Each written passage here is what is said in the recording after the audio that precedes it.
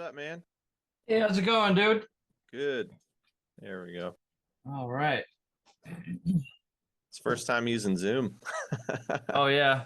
Well, it's all right. It's better if we could do it in person, but Yeah, for sure. this way I don't have to fly you across the country, put you up in a hotel or something. I can't afford to do it anyway, so I can't afford to do that either, so it's cool.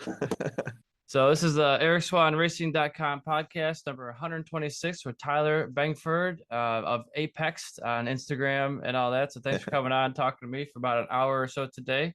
Yes, sir. And I just want to get your story and get your name out there a little bit more and learn more about you. So, you've been in the motorcycle industry for a little while now. So, tell me Yep. about your experience with bikes and all that. So I didn't really grow up, riding dirt bikes, like all the other kids, but I got to do some trail riding probably 5 times when I was a kid. And as our next door neighbor, his name's Scott Mundell. Actually, he works for Fay Myers wearing his shirt today, but Nice. he got me hooked. I loved motorcycles. I loved anything motorsports. And so growing up, of course, my mom was like, no, you're not having any sort of motorcycle. So we got into cars, me and my brother, and yeah, it started from there. And I started doing local autocross stuff, and I actually watched the movie Faster. I think it's Faster or Fastest, one of those. And love Valentino Rossi, and I was like, man, that's so cool that they can drag their knee. So I signed up for a local track day at Barber when I was stationed in Mississippi, and went and did a track day, man, and I've been hooked ever since. So And what kind of cars did you start out with? I started with Hondas, so Honda Civics, and we boosted them. We were just doing, like highway drag runs, and my friends in Colorado still do that to this day, but I kind of phased out of the car thing once I got into bikes because I was like, oh, it's just going to be way cheaper. Yeah. Of course, it's not the case. Is the faster you go, the more expensive it gets. I mean, I would say at a certain level, it's going to be cheaper. You have less tires, you have less parts Hmm. and components if you have a yard sale, For but sure. yeah, it's really expensive to get into cars. But I'd also say, depending on the level that you're at, bikes are also as expensive.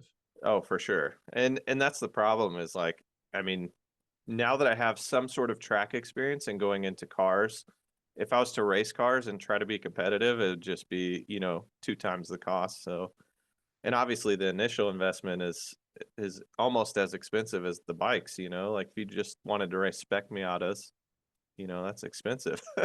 Yeah, I looked into So, that. It's like $100,000 for those spec hmm. Miatas with an engine package and everything, and it's still a stock class, but you're Yep. still spending six figures just for the vehicle. Just for the car, yeah. And then you got to spend money on tires and entry fees, travel. So it is not cheaper.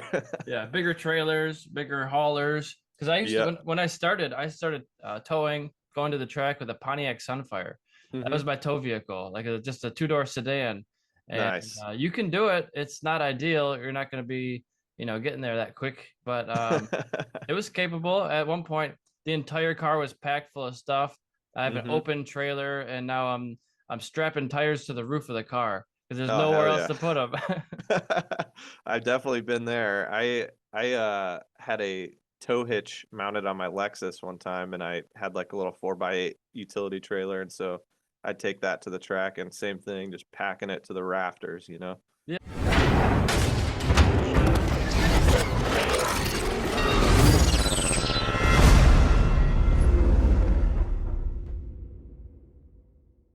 And So so, when did you get into track days?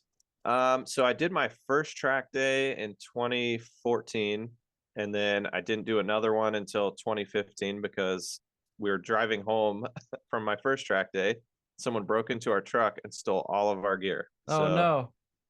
I didn't have any money to replace it. I was in the military at the time, and it's just like not high on the priority list to replace it. So I didn't do one for a while, and then I got another suit, and I had helmets and stuff. So I did another one. I didn't do one for a few years after that. So my first 2 years, I only did 2 track days. But Yeah. I just was like itching to get back. It was a lot of fun. So And what happens? I'm fortunate enough to not have anything stolen like that yet. Hmm. So what's the process? Do you file an insurance claim? Do you get money from the police, or not the police, but certain parties?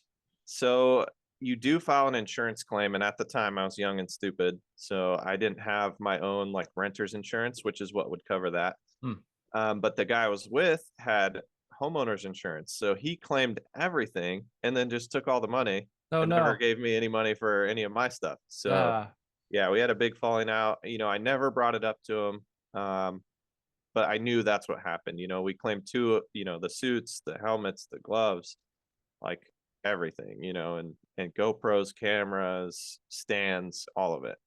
And we claimed it all.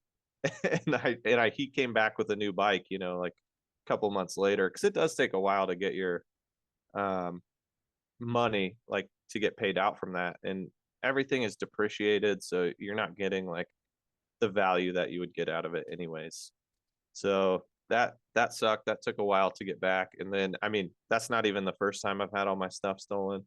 So we just actually moved to Menifee, and like the day before our house closed, someone stole my trailer, and we had all of our stuff from moving here, and like safe, riding gear, helmets. Our bed was in there. My brother's toolbox, which is super important to me. Um, and it just, they took it all. And then we ended up catching them the same day because I had this weird feeling. I was like, man, I got to buy an air tag and just, put it in my brother's toolbox, because that's the only thing, if this thing all got stolen, that's the only thing I want back. And luckily I did that. It wasn't like a foolproof plan, but because it's inside of a toolbox, and the signal wasn't getting out until they opened the doors of the metal trailer, so it's like metal inside metal, and it was like blocking the signal. So every time they opened the doors, I'd get a ping like, oh, hey, your trailer's here. And so um, we just basically followed them all the way around Southern California, and eventually they stopped at a casino, and they had a couple of escorts, I would say, and the police went in there and arrested the dudes. And I mean, it's California, so they were out within 12 hours, so I wow. mean, and then we got pretty screwed on that insurance deal. So we lost about $45,000 worth of stuff, Oof. and they paid out 14. So So they had they were still driving it around, but they unloaded some of the gear, it sounds like. yep. And I have another story about that, actually. Let me grab the helmet, I'll show you. Yeah. So I had this helmet. I mean, pretty recognizable, it's got my last name on it, you know. Yeah. They didn't even take the stickers off of it. So we were checking like OfferUp and Facebook every day for all my gear and stuff, and it never pops up. And someone tagged me in a for sale post on Facebook and said, "Hey, dude, isn't this your helmet?" Oh wow. And so we set up like a little sting and drove down there, and the guy was like, "Yeah, I think it's a one of a kind, man. It's the Bengford edition. It's it has." I laughed so hard. I was like, "You have no idea, dude. It's a one of a kind helmet. It's made for me." Because I was like, "That's crazy. That's my last name." Yeah. So yeah, we luckily had some friend cops in the area, and they met us there, and so they arrested that dude. And he wasn't even the guy that stole my trailer. So I had like a soft spot for him, like I'm always willing to give someone a second chance. And I was like, man, like just turn your life around and just, do something to help somebody else. And so I guess the guy had been arrested 4 times before for selling stolen property. And so they had to do a mandatory search, and he had PCP on him. So he went to jail Oh. anyway. Oh I no. wasn't even going to press charges on the guy because he's, a peon in the whole scheme of the thing. Yeah. So, Yeah, it but seems like you see these criminal TV shows, you're like, oh wow, I can make so much money, but then if you get caught, like, is that worth your freedom? Like right. going to jail for X amount of years? Like it's just not worth jail time. It sounds like it could No. be lucrative, but it's just you're ruining people's lives, and Hmm. you could easily ruin your own life. Yep. And it's definitely not worth it. Like, I work really hard for my stuff, and I'm willing to help you out, if you ask me. You don't have to Yeah. steal it. I'm down to help, but Right. For sure. it just like I think a thief is the worst because it makes you a liar, it makes you a thief, obviously, and just an overall bad person. So yeah, it's total lack of trust in society right now. And But so, if you knew it was going to be stolen again, what would you do, or have you done anything differently to protect those assets? Like, is an Apple AirTag the best plan of uh, action, or is there something else? I think so. What I did is I changed where I put the AirTag in the trailer, so that way it'll constantly have signal, and like the only way I'll lose it is if it goes in like a garage or something, and it's really hard to fit this size. I mean, it's a 8 by 10, I think. It's Okay. really hard to fit that in a garage, So I mean, I don't really know how else to stop it. I had a hitch lock, I had a ball lock on there. Every door was locked. They cut them all off. They left the locks on the ground where the trailer was. They didn't even clean that up. They just took the trailer out from in front of our house. So Man, I just had a friend, yeah, Christy Lee, get her Hellcat stolen from her driveway. man, that sucks. Like a $40,000 car at least, right? Yeah, Plus hopefully had good mods. insurance on that. The mods is the problem though. You spend all that like it's funny. I wish my ZX10 was in there because I'm trying to sell it anyway. Yeah. Like you might as well steal that and then I at least claim some insurance on it and then I don't have to haggle with anybody, you know what I mean? Right. Makes it a little easier. Yeah, so Um, yeah, man, it sucks like that. I have a couple bicycles I think are fairly expensive, and I'm like mhm. anything over $1,000 should have an AirTag on it. Or I've actually seen they have uh they have post GPSs, so you can put a post inside your handlebar, Yeah, and it works as a GPS unit. You could put them inside your seat post as well, nice. and so nobody's really going to find it there. They don't know to look Yeah, there, um, but I think they're much more expensive than the AirTags. They might be yeah, a better triangulation pattern to find it, but you're gonna spend more. for sure. And the problem with the AirTag is it lets people know like that an AirTag's following them, if they have an iPhone. But if they Yeah, have a Android, which apparently I don't know if these guys even had a phone, yeah. so they were kind of tweaker folks.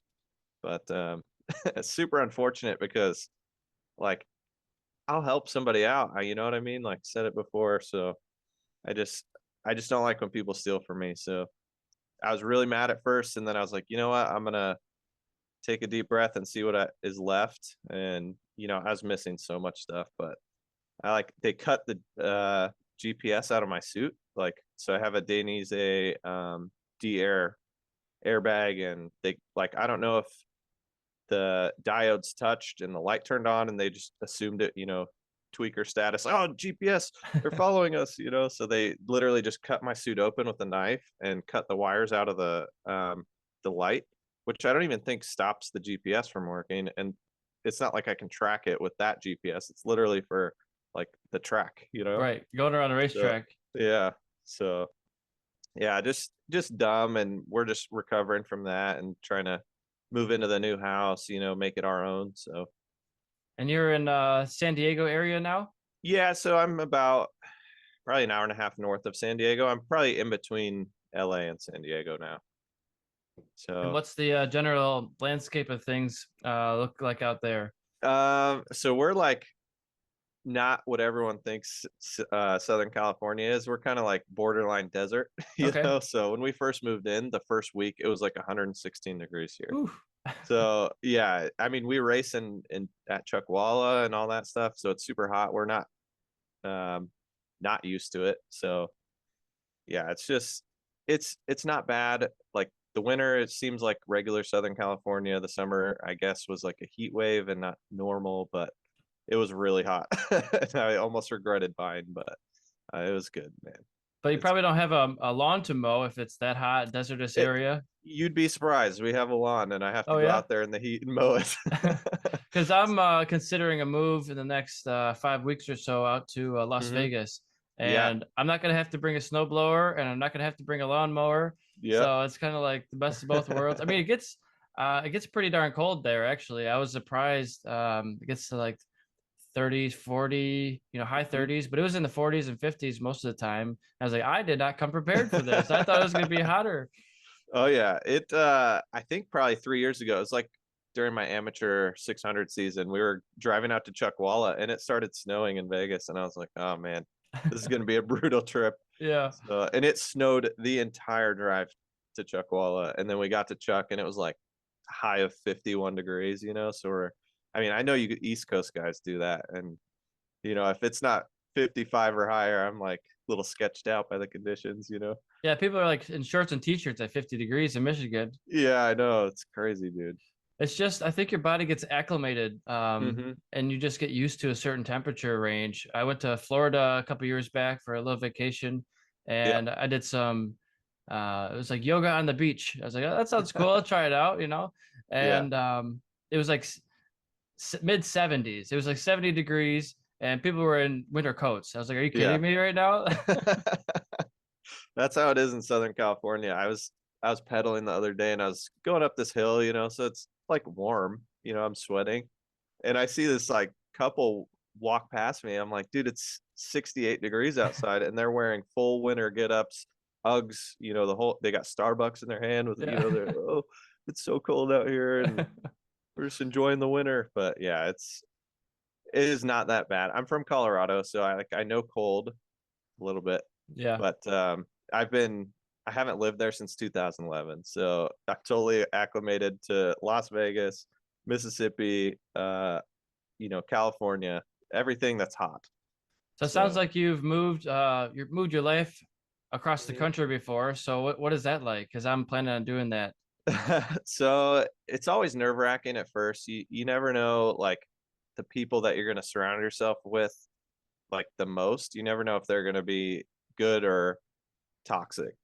And I've been lucky that everywhere I've moved, I've met somebody, and I think this is the case with everybody, but you'll meet somebody that you'll click with and you'll make a lifelong friend. So I have friends that from all over the country that I've met in the military, I've met racing and cars and everything. So Well, good. it's yeah, it's not as bad as you think. It's stressful, the first couple of months kind of suck. You have this like bad feeling in the pit of your stomach, but nah, dude, you'll enjoy it. And I lived in Las Vegas for 3 years, and I loved it. So I was trying to move back, and then we bought a house here. So not really sure what I'm gonna do, but I do go there often. So Yeah, I think the biggest thing is just the logistical challenge of it because hmm it's like where are you going to move? What's the cost difference? What's the, yep, cost of living is much higher in Vegas because they don't make anything in Vegas other right. than entertainment, and entertainment's expensive too.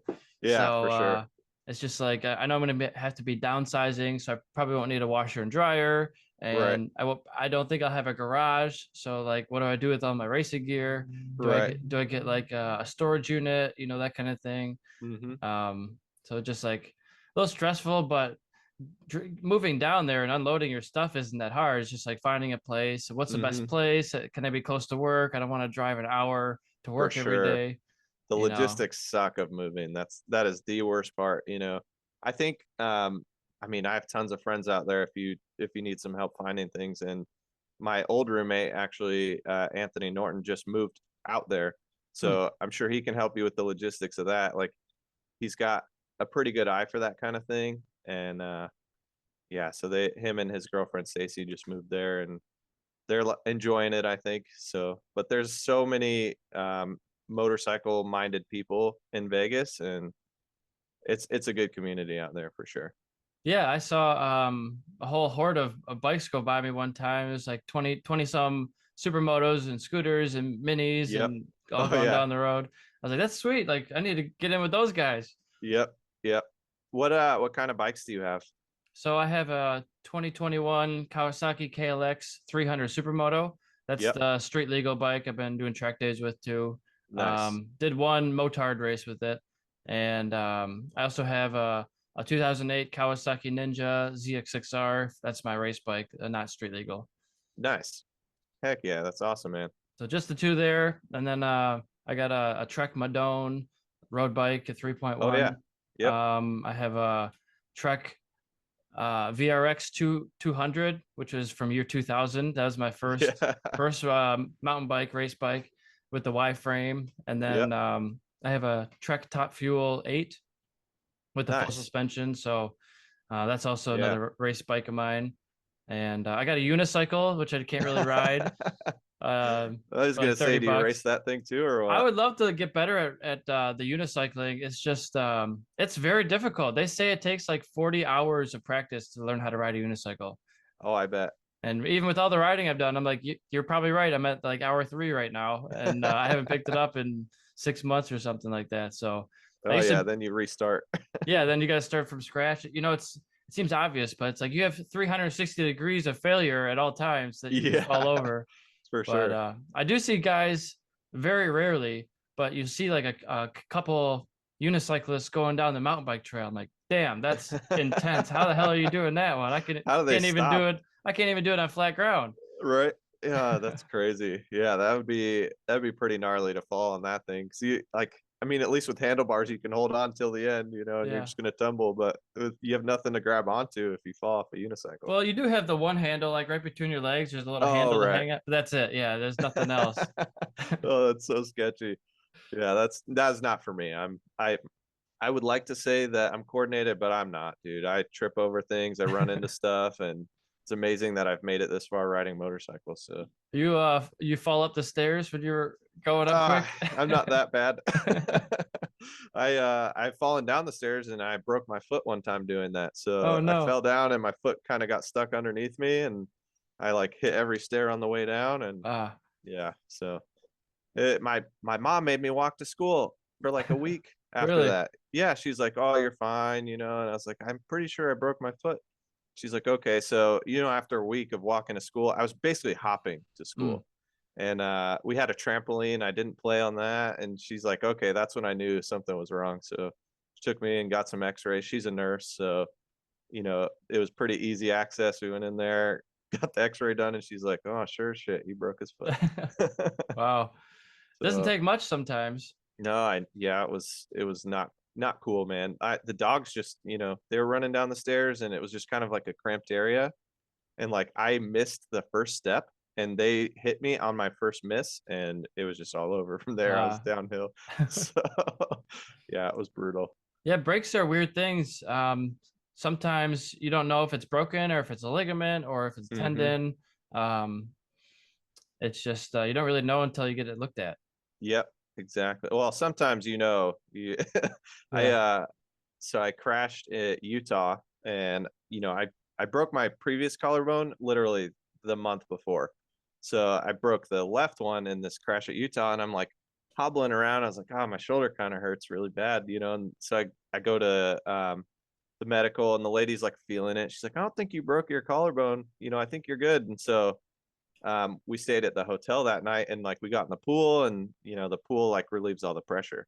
So it felt good and I was like, all right, I think something's definitely broken and it started to swell up and so I was like, all right, I'll go to urgent care on Monday. So that was Saturday when I crashed and I drove. It's like 11 hours from San Diego to UMC and I drove all the way home. I didn't want Rainey to drive. I feel bad making her do everything. So I drove home, went to urgent care, and the lady like was like laughing when she saw the X-ray. She's like, "You Yeah. don't think this is broken?" I was like, "They told me it wasn't," and she's like, "I'm not supposed to show you this, but come here and look." So I went over to the computer, and so this is my collarbone, and then it broke in like two spots. So there's like a middle piece that's free, and it was vertical. So Oh no. like, so I have like two pieces of collarbone and then one piece of bone that's vertical.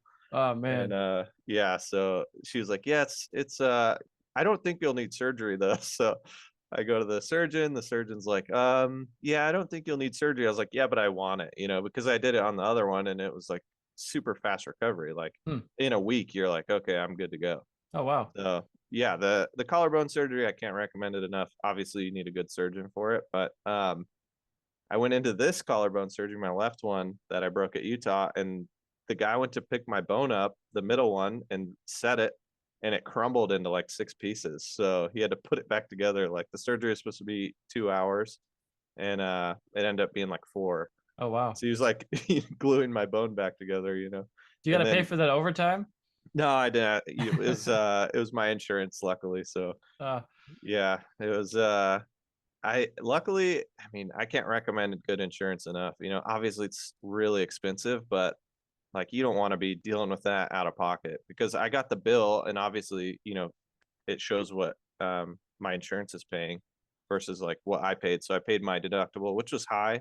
It's like 5 grand, and that's a lot of money, but it compared to 130 grand, it's pretty cheap.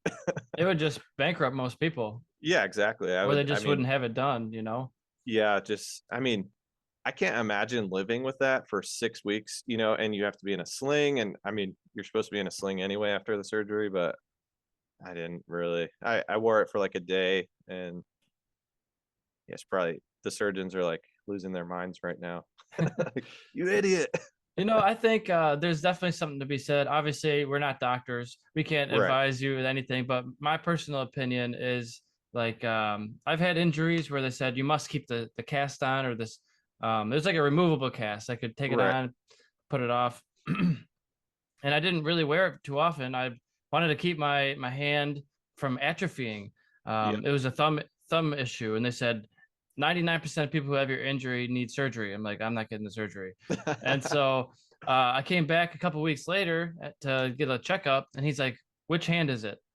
He couldn't tell which hand it was Yeah. because it was I didn't let it atrophy, and it was still taking it easy and letting it heal, but Hmm. I think there's definitely something to be said about keeping that joint flexible and moving rather than Yep. having it stiff and locked up for weeks on end. Yeah, and then you don't have to do like weird physical therapy stuff to get the motion back. And I had a bad crash in March of 21 where I hit my head and knocked myself out. And so I broke this collarbone, but my left shoulder ever since then has been messed up. Hmm. And I've done everything possible to like rehab it and get it back. Like honestly, I should probably go get it checked out for like a possible surgery because it's at this point with all the rehab that I've done, there's it's probably something wrong. But like it gets better for a couple months and then I'll race, and like just the racing, the physicality of it sometimes re-aggravates it, and then that sucks. So like you don't want to wait 6 months and not race for 6 months just to heal something and then have it just re-injure yourself. So I just basically keep it hurt. Yeah, I So hear that. I mean, I've always been against having surgery if I can avoid it. mhm. I'm gonna try to because I always think of like the medical malpractice and all the things Oh that could yeah. go wrong. Like like for sure sometimes you need it, but every Hmm. time for me it seemed to be like an elective. You could and it might heal your process, but I'm like, I'm just gonna go out racing again and fall down again, so what's the point of me going through all this money? Yeah, uh exactly. but uh but yeah, and then I think like, does this guy need a new BMW? Like Right. that's what he does for a living. He's gonna, of course he's gonna say you need surgery. Yep. And like, what if they leave a gauze stick in you, and that becomes infected and all this stuff? See, that's scary. Now I didn't even think about that stuff, and now I'm like, maybe the surgeries are a bad call. Or like if you But had like they put you out chemically with anesthetic. Like what if the hmm. anesthetic goes wrong and you don't wake up? Like that scares Yep. me. Yep. I think at some point, there's like you kind of have to live, and like if that's preventing you from living your life like at a normal rate, then I feel like maybe it's time to do the surgery. So I think I'm probably at that point with my shoulder, like it's hard to do push-ups, and I like, just doing dumbbell stuff and free weights, it's so hard to keep my shoulder stable. And I work with Ethan Chaplock Oh, with nice. Southern Pride Performance. Yeah, so he gave me a ton of rehab stuff to do, and I do it. It's just like I don't think movement is helping me at this point. I think it's just it needs to be fixed. Like something's wrong. Yeah. But yeah, dude, I can't recommend that guy enough. He's the only one that's got it to a point where it's rideable again. Yeah, he's a good guy. He was on this podcast not long ago and got to get his feedback and Hmm. get his what he does with his practice. Sounds like it's very helpful for people. Yeah, it's awesome, man. And he's got this program that basically he uploads workouts for you, and so like it takes the thinking out of like, oh, what am I going to do today, and like, is today a rest day or a work day or cardio, or what am I going to do? It takes all that out of it. And he's actually going to switch platforms he's doing Train Heroic right now, which is the app that he's using. He's going to switch and do something different. It's just a little more intuitive, I think. But Nice. he's awesome, man. Good friend of mine. We sim race sometimes together. We haven't in a while because he's super busy, but Yeah, it's he's a good dude. I'm glad to call him a friend, you know. for sure. I've had some shoulder issues, as many racers have, and Hmm. I would highly recommend just doing yoga. I've Yeah. been doing the hot yoga quite a bit for the last few years, and although you're not using any weights, it's just body weight, you're not really even Hmm. doing push-ups or planks or anything in this method, but just putting your hands above your head and stretching to one side and holding it there for Hmm. 30 seconds is like a whole lot of exercises I don't tend to do on my own. Right. And I feel like that should be covered by insurance because it's like physical therapy. You know, It is, yeah. it's a low key physical therapy. You're not going through crazy movements, but by the end of it, I'm drenched with sweat Hmm. and just giving it everything I have. So it's just a low impact way of kind of working those joints around. Oh, for sure. Yeah, I've done so my we've had some friends do yoga, and it's like before the race weekend, you know, like they'll go out there and do yoga before they ride, and you know, it's like such a good way to warm up too. Like the flexibility when you're done. I have not done yoga in a long time, so the flexibility when you're done is incredible. You know, like after 6 weeks of doing it, you know, I couldn't even touch my toes before. And Yeah, then I was like grabbing the bottom of my feet and stretching, you know, like I have terribly short hamstrings. I'm sure it's from sitting all day. Um, so that's something that I constantly have to stretch is hamstrings. And like if I squat, I pull a hamstring, like it's every single time. I mean, with weight, not like body weight stuff. So body weight stuff's good, but yeah. And I just think it's such great injury prevention because if you're for flying sure. down the road on all different contortions of your body, it's like it'll help you get injured less, I think. Yep. Yep. You're bending with the crash, you know, instead of it pulling something out of place Yeah. for And sure. some you mentioned doing a squat. If you drop a cookie on the ground and you do a squat to pick it up, that counts, right? Yeah, exactly. That's right. Yeah, and it's Christmas time, so I might drop a bunch of cookies, you know what I Yeah. mean? Nothing wrong with Yeah. that. Yeah. No, that's fine. Yeah, and then you do like you bend over to pick it up. It's a bent over row, you know, so you're using all kinds of muscle groups there. And then you can even do the 12-ounce curls, That's quite a right. bit. That's right. So yeah, my biceps are huge, but Very hell yeah. good. And so you mentioned you did started track days 2014, did another Hmm. one 2015. Yep. And then what happened after that? Did you continue to progress with the sport?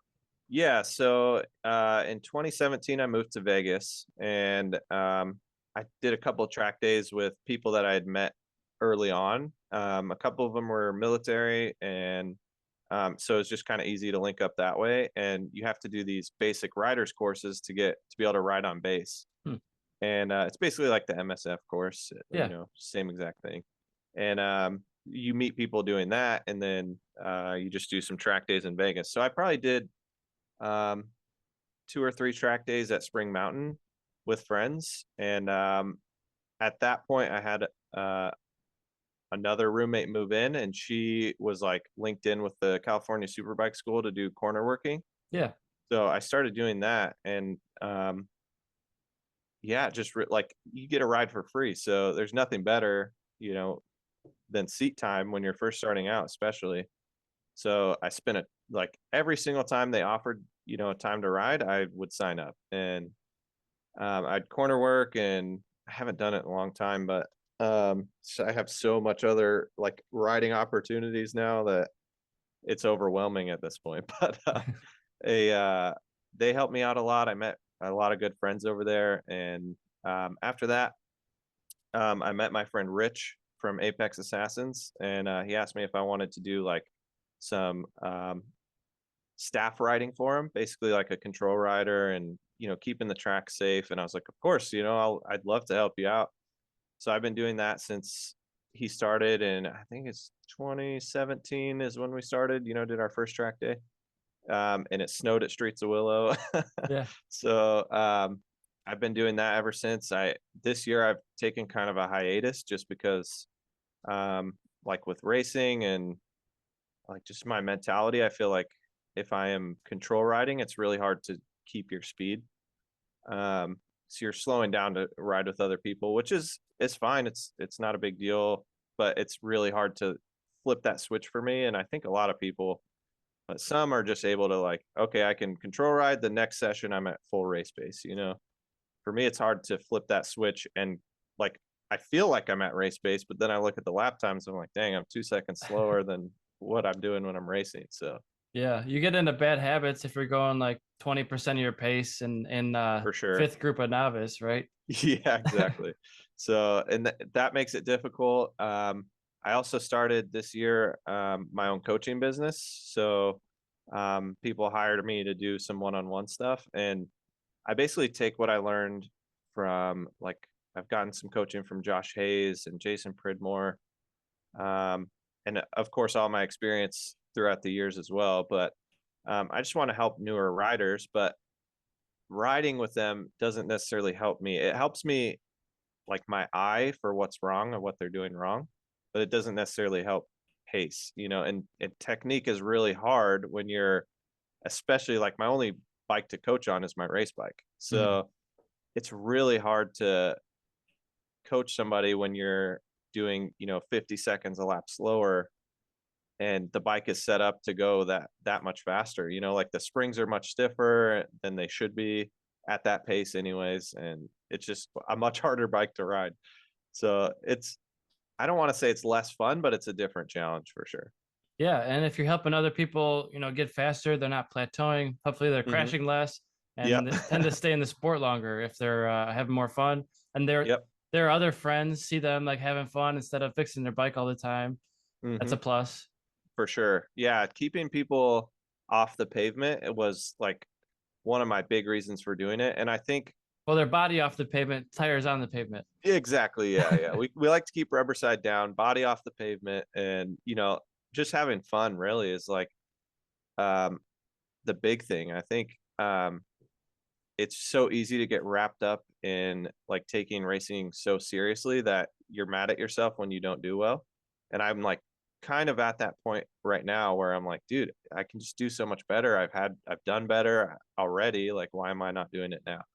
So I really had to take a step back from riding like the last 6 months and like take a deep look inside of myself and see like how I can make it fun again. And so I bought a Valley, same Oh, thing, you nice. know. So Is that I the 190 or the yeah, 160?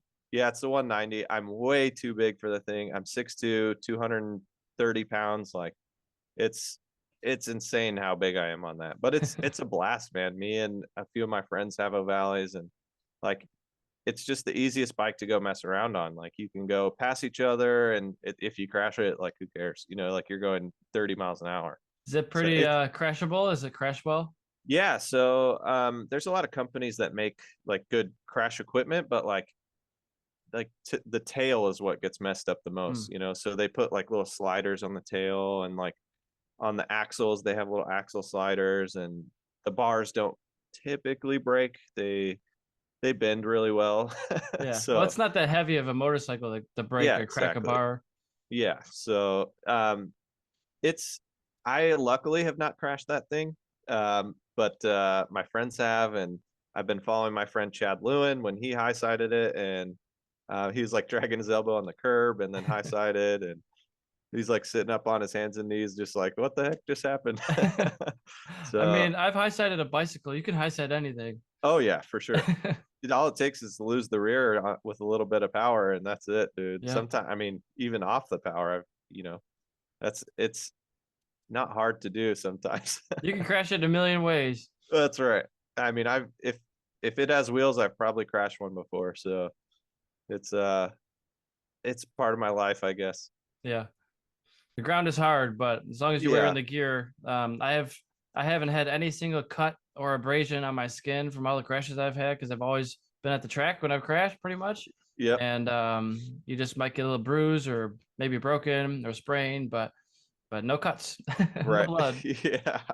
And that's a good thing. Luckily, I've had the same. I've had a suit open in the legs, Hmm, but like on the inside. So when I was tumbling it, like the stitching broke. But hmm. that's as close as I've come to like getting a scrape, but I mean, I've crashed bicycles before. Dude, speaking of crashing bicycles, I was riding my bike after work one day. There was a tow truck in the bicycle lane and a lot of traffic like in the street. And then in the parking lot, like crossing the sidewalk, there was a car and they had the line attached to the car crossing the sidewalk. And I was like, Oh, you well, didn't see it, maybe. dude, I did not see it. I hit it so hard. I flipped over. And that re-aggravated my shoulder injury actually.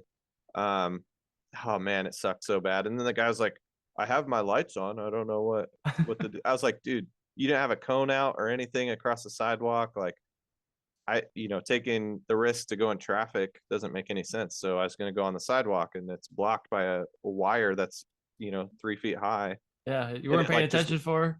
dude, yeah. And like, I was like, oh, interesting. I wonder why this tow truck is sitting in the bike lane. And I was even mad about it. I'm like, dude, like what a douchebag. Like, you know?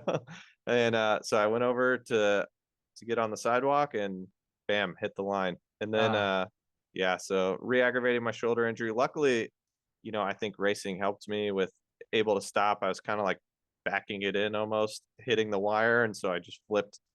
And I didn't slide or anything, so I didn't scrape anything, but my hands were like not chewed up, but how like when you fall really hard and just stop, it's kind of how, sure. didn't break the skin, but it definitely sucked. Yeah, the ground is hard, man. It's It is. unforgiving. I know. It just needs to be a little softer. That'd be nice. Man. But yeah, just like going back to the riding thing, I think if I could help people prevent the loss of fun part of racing, like just keeping it fun the whole time, like people focus so hard on the PRs and stuff. I'm no different. I do the same exact thing. But just racing is fun, and like you spend so much money to go out there, like why not have fun the whole time? Yeah, So obviously crashing sucks and that's part of it, but it's hard to make crashing fun.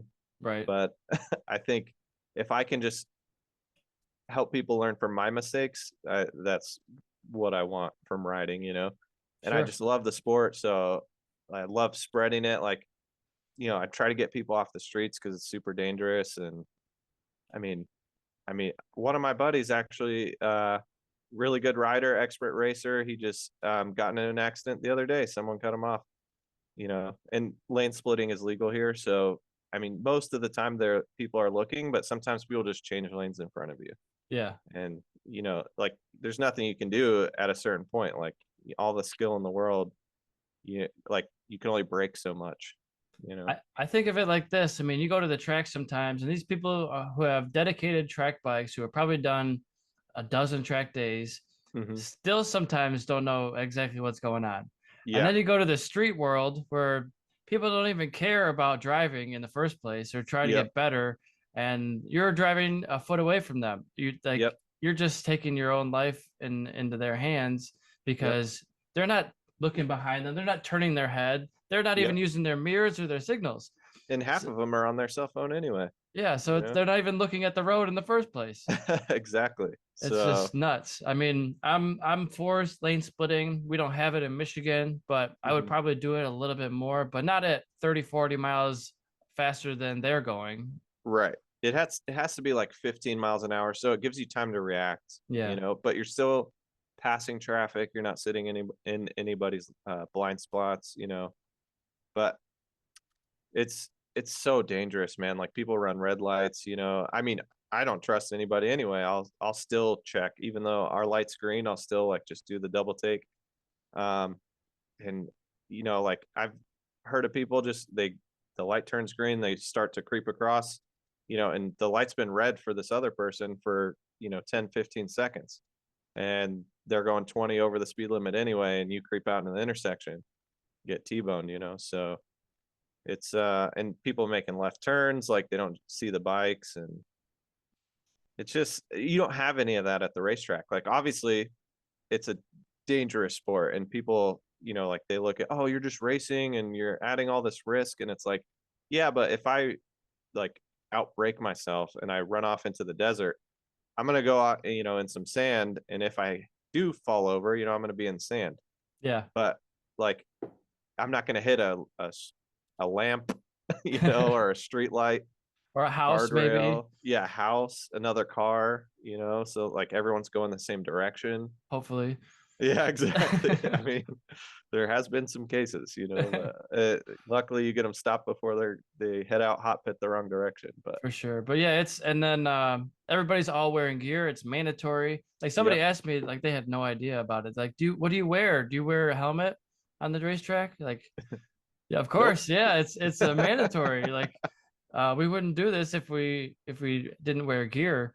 Could Yeah, you imagine not wearing a race suit on a racetrack? I could not. I think, yeah, I mean, just even seeing people just wearing regular jeans, like they're like, oh, the jeans will stop. Those things split the very second you touch the ground. Yeah. Like, yeah, it's so sketchy, man. I mean, the track day stuff, much safer way to go. You're in such a controlled environment. I mean, the ambulance is there. That's the biggest thing for me. In March when I hit my head, um, I was knocked out. I high sided. I held onto the bike, so it basically whiplashed me. Um, now I know to let go, but I held on so tight I pulled the grip off the clip on. Wow. Um, but I knocked myself out, and the ambulance is right there. So, you know, um, Josh Vogel, shout out to that guy. He's our ambulance driver at Chuck. Him and Rachel, take care of us. Hopefully, we never have to see him, except in the paddock. Yeah. But they're able to like quickly make a decision that could save your life. Like someone hits their head as hard as I did, and I have, I try to pick the best gear that I possibly can. And like stuff happens, like you hit your head in the wrong way and it starts bleeding. It creates all the pressure in your brain, and then it's a dire situation. Like if any part of your brain dies, like that's a part of functionality that you're going to miss forever. So Yeah, I think the scariest part is the brain injuries. oh, for sure. Because you can get a concussion from many different ways, whether it's an impact or a twisting motion, or even like, I don't know, there's one more. It's kind of like a spiral stop. Yep, Anytime you stop in a quick, abrupt way is cause for concern. for sure. And it doesn't, I'm not saying it doesn't matter what helmet you have. I think every single helmet, no matter what, has the opportunity, if you hit your head hard enough, because it's not necessarily the impact with the ground that hurts you. It's the rebound, and then your brain like moves back and is bouncing inside of your skull. And actually, I just literally 10 minutes before the podcast was reading this post on Facebook about mouth guards and if they help or if they don't. Obviously, there's a bunch of argument either way. I wore one for a while, not when I hit my head, but there was a guy in there that did a lot of research. Obviously, this is all third hand, but he said that the neuro doctors don't say that the mouth guard helps because all it is preventing a mouth injury. Really, like Hmm. the brain is moving, and that's what causes the head injury, not that your jaw hits the top of your mouth super hard. And obviously, that could happen, but it would be a very specific crash that it would prevent a concussion.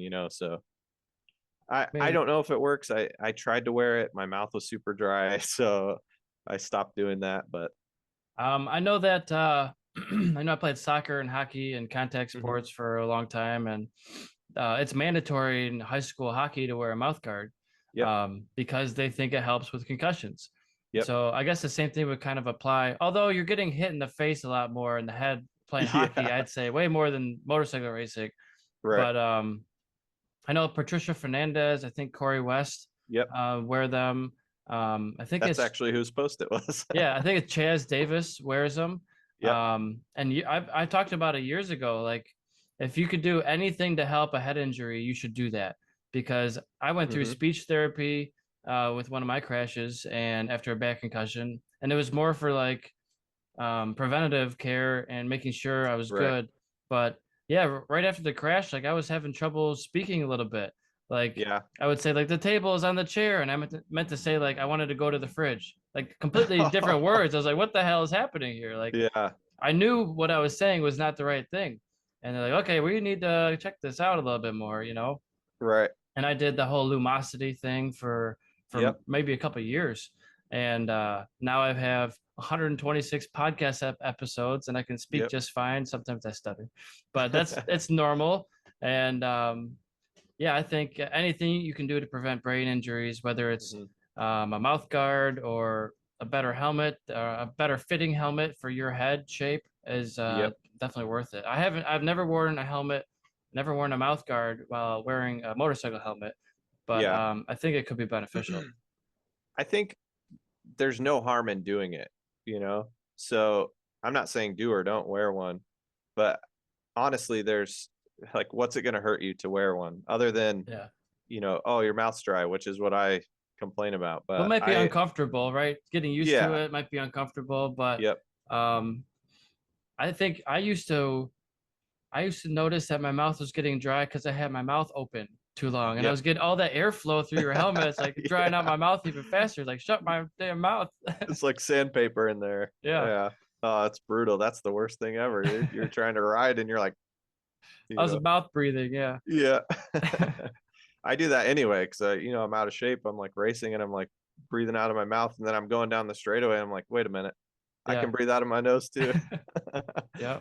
So, And yeah, it's I'm a big proponent of those nose strips yep. I because I wear got those a too. I got a small nose somehow. I wish I had a bigger nose, Yep. but I'm always having a little bit of drainage all the time. That's just how it is. And maybe if I move to a different state, it'll be different. They have different pollen, different allergens out there. But Yep. um, I like those nose strips. They seem to help increase your oxygen rate. For sure. I think so. I can't even ride without them now. And honestly, so I train on the bicycle without them, so that when I do wear them at the track, I just feel 10 times better. I feel like, it's like those oxygen masks where I'm Yeah. depriving myself of a little bit of oxygen, and then I Yep. go put the nose strip on, and it's so much easier to breathe. And yeah, I saw my friend Mallory and Joel, both of them had it at Chuck Wall, and I was like, I'm gonna try that. And then I met one of the dudes that founded the company at Chuck Walla. Oh, So nice.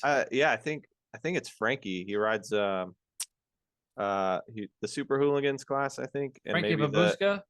no, it's maybe Garcia's his Frankie last name. Garcia. Dang, he's gonna kill me if he sees this, but uh, yeah, he started it, and then I think they sold the company to like a family member, and so now it's intake. But I can't ride without it now. It's the best thing. I mean, it would be cool if they sponsored me, but Yeah. yeah, no, it's a badass invention for sure. Yeah, hell, my dad uses them still. Now he uses the newer ones, which Yep, are like they have the magnets on the side, and it's yep, more a stronger piece. yep. I used to only use like the paper, or I don't know what material, like the really thin ones. Yeah, with like a wire in the middle of it. Yeah, Yeah, I never tried those. I only have used the intake one, so I can only say how good that one is. But yeah, it's a subscription, so you pay, I think, $10 a month or something, and they send you, or $10 every 45 days, and they send you like more magnets. It's incredible.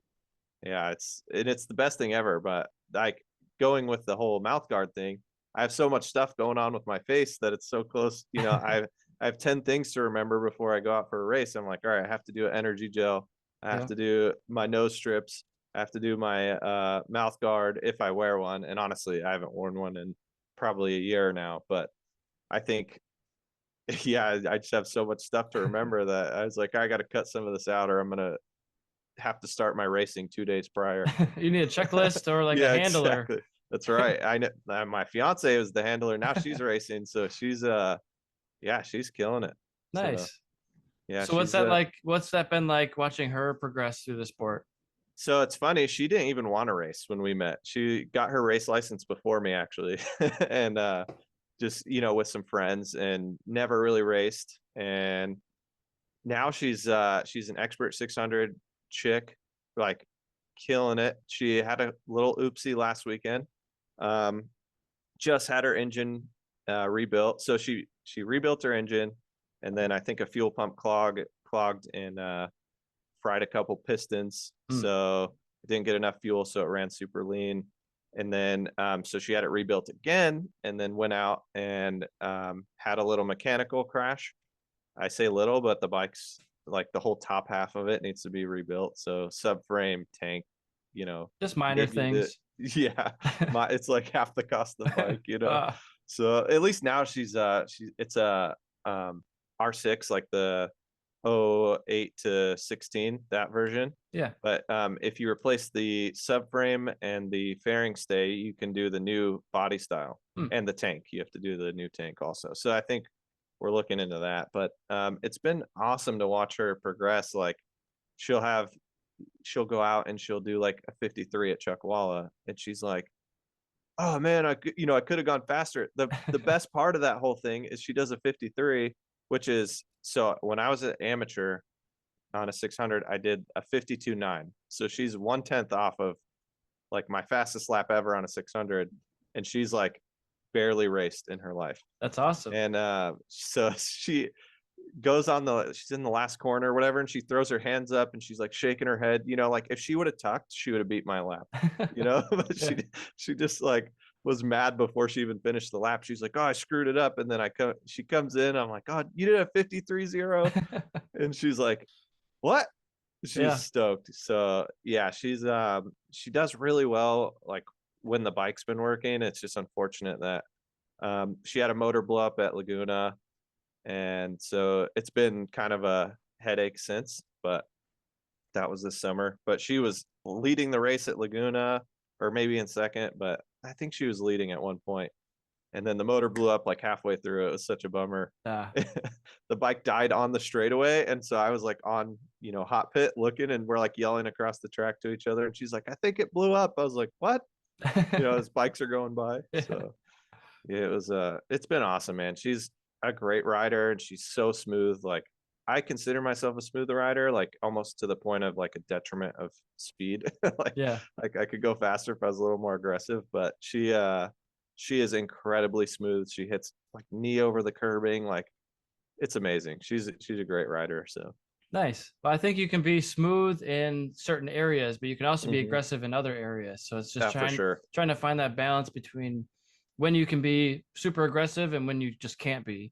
Exactly. And that's the hard thing, is like you can go over lines, and even Pridmore says this stuff, he's like, what am I going to teach you? Like, I'm not going to teach you anything. Like, we're just going to adjust literally inches on the track to get you to roll through corners better, like, so, and just manage RPMs better. So to me, that's what like the smoothness is, and like keeping the RPMs up and not having like big dips and lulls in your RPM ranges. So that's something I have to work on. And like, I don't even want to say I'm fast. I'm like, mid pack. And if none of the pros show up, then I'm like, I'll get a podium every once in a while, but like when you're racing Corey Alexander, I'm down at the end of the race by like 30 seconds. So well, there's just levels, right? There's like, imagine going from a cager, a car driver, to a motorcycle rider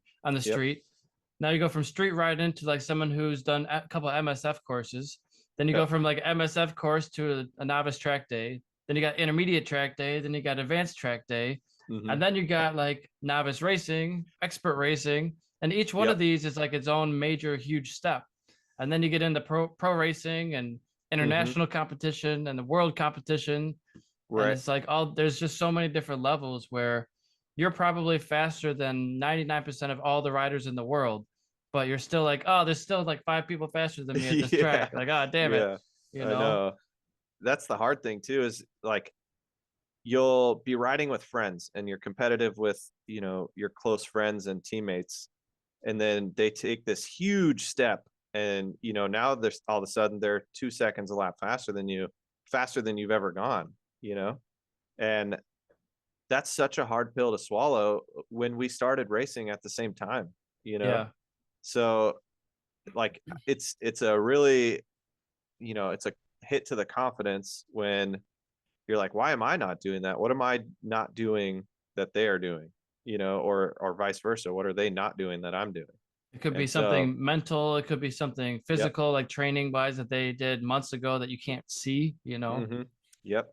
And that's the other thing too, is the coaching. Like sometimes you got to take a step back to take 10 steps forward. You got to unlearn some things before you progress. And like I've had to do a lot of unlearning. So like I got to a point, but it was like obviously I crashed really big, and I was riding well, but I think had I known what I know now, I could have prevented that and just rode a little smarter. But yeah, it's just there's a lot of little intricacies that going fast does for you. Like it's a confidence thing in regular life, not even just the track. Oh So you yeah, have a it's good race huge. weekend, it's like, man, like I'm king shit, like I'm the best. And then you have a bad one, it's like, man, I got to wait a month till the next one and try to reprove myself. And no one else cares. It's literally just yourself, for the most part.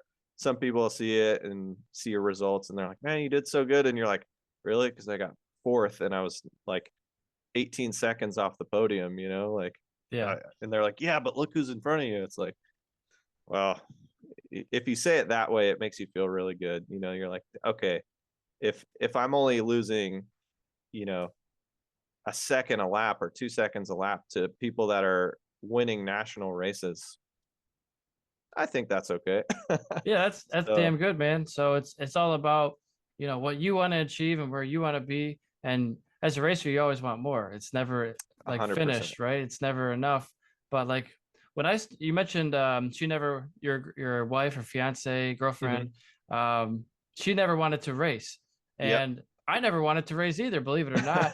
Like I just wanted to go fast on the racetrack and Hmm. still be able to ride my motorcycle and not get arrested.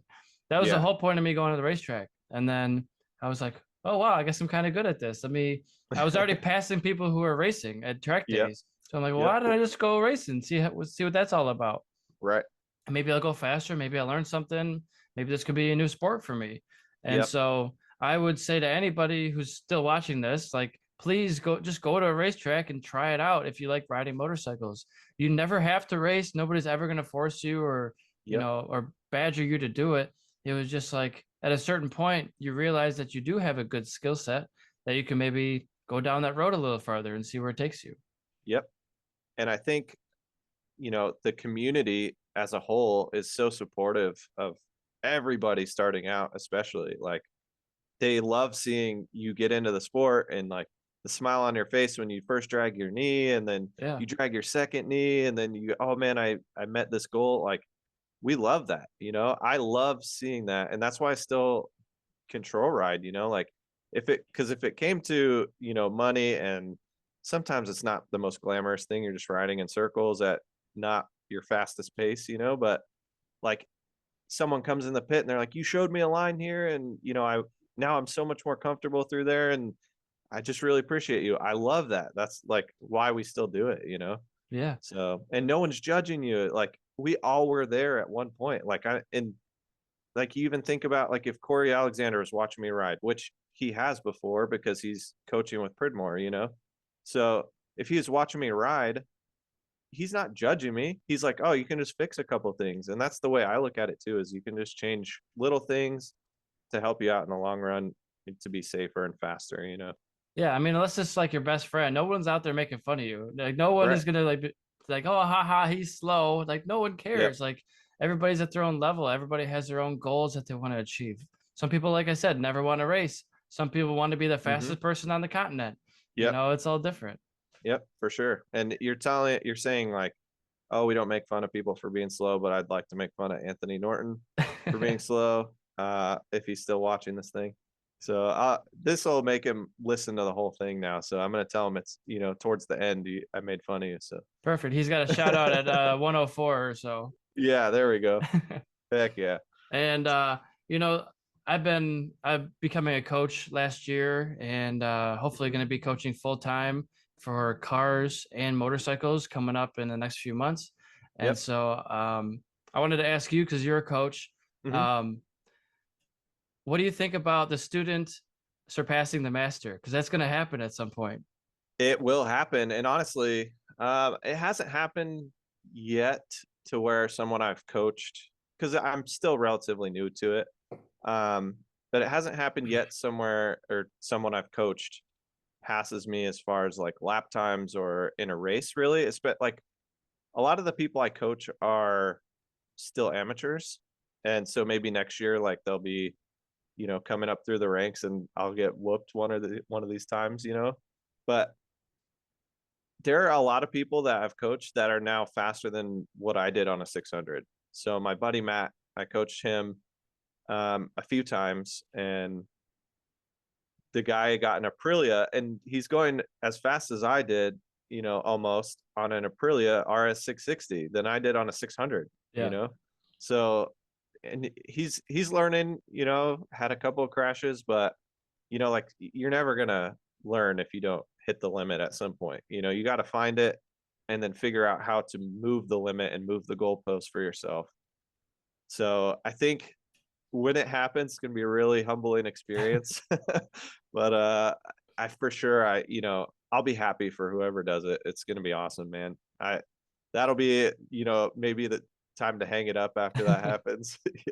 So Well, like Valentino Rossi in his moto camp, all yep, those guys are now, well, he's kind of hung up the leathers and switched over to four wheels, but yep, at a certain point they were as fast or faster than Rossi was. So it's like you got to just pass the torch, and it's not like yep, you don't want to give him bad information to help slow him down.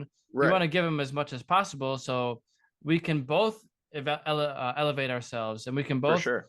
get to the next stage. So um, I always felt like sometimes I used to go to the chiropractor every once in a while, and Hmm. I'm like, is he fixing me 90%? So I have to come back sooner. Like, is it the same thing with coaches? Are they only giving me 90%? But now as a coach, I'm like, I want to give you all the information possible. I'm not Yep. holding back anything, because maybe that small piece of information will help you stop a crash, Yeah, And so exactly. I don't think that way at all, but sometimes I think that way of other people, that Yeah. they're not maybe giving you everything. I think it's hard to see. I could see that happening if the person that was coaching you or doing whatever service, we could put this into anything, but um if they're not passionate about it, I feel like then at that point they're just doing it for their own personal gain.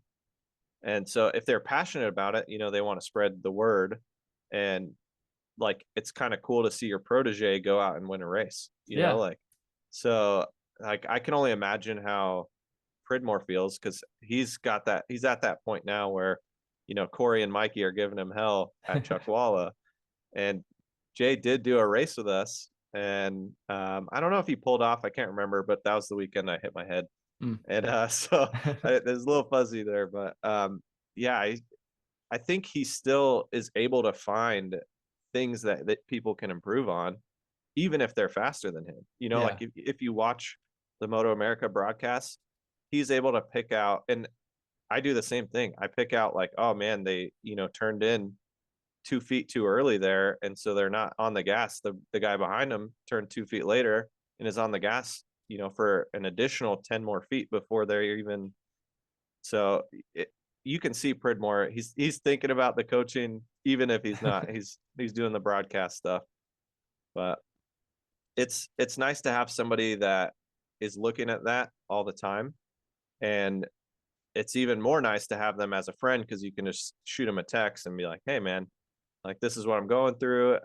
He's the one of the few people I hit up when I was like, dude, I'm just not having fun, and I got to figure out what's going on. So we went out and rode, and brought a little bit of the fun back. And you have people like Josh Hayes, who I pedal with every once in a while. um he he'll out, he basically just says, dude, you break like a pussy. So I go out And there and I'm sometimes like, you oh need yeah, that.